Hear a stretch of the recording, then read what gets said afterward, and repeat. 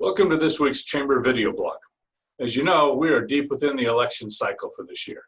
While the Chamber does not endorse individual candidates for office, we do believe it's important for our members to have strong relationships with those who serve in our communities.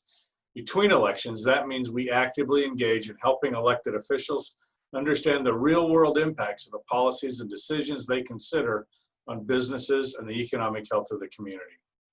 During election seasons, it means helping educate members and the community about who the candidates are and what ideas they bring to the public square.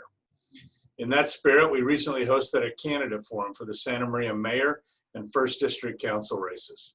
We appreciate that all of the candidates running for those positions participated and engaged in dialogue with local business and community members. Scheduling a similar event for the candidates running for the State Assembly and Congress proved impossible. So instead, we are recording one-on-one interviews with those candidates who are willing and sharing those sessions with you to give insight into their ideas and responses to our questions. Attached to this week's e-blast, you'll find the first two installments, interviews with Assembly Member Jordan Cunningham and Congressional candidate Andy Caldwell. Stay tuned for additional interviews if and when we can arrange them with the other candidates for these positions. While we're on the topic of politics and the impacts of laws and regulations on business, this year's legislative season in Sacramento finally came to a close last week when the governor finished signing or vetoing bills passed by the Assembly and State Senate. While the COVID impact certainly had an impact on the legislature, especially in the total number of new laws passed, there were still a number of bills that will have direct and significant impact on businesses in California. We're working now with our advocacy partners to compile a summary of the changes you should be paying attention to and planning for. And we encourage you to reach out to your industry-specific advocacy groups, your labor and financial consultants, etc., in order to make sure that you don't miss an important change. Some of the bills that we will be highlighting in the coming days and weeks make changes to rules around COVID-related sick leave, workers' compensation presumptions, COVID-related notification requirements, supplemental leave rights, pay data reporting, and corporate board makeup. Stay tuned for more details.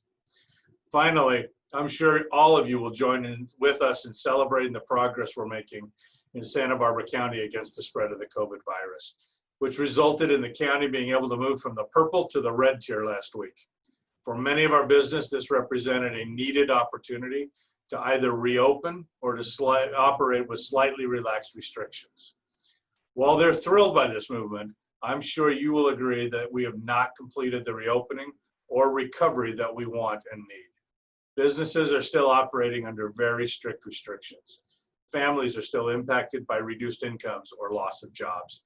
And our community is still being forced to sacrifice activities, events, celebrations, and a way of life we all cherish. So while we acknowledge the importance of making those kinds of sacrifices and to celebrate the progress we've made, let's all commit to staying the course and doing the things that have been working. On behalf of those who are impacted, remember, respect, protect, and now repeat. One day we'll hold a big community bonfire for the masks, but for now, keep wearing them. Keep gatherings to a minimum. Keep focusing on sanitation and separation. It's working, and we'll get there.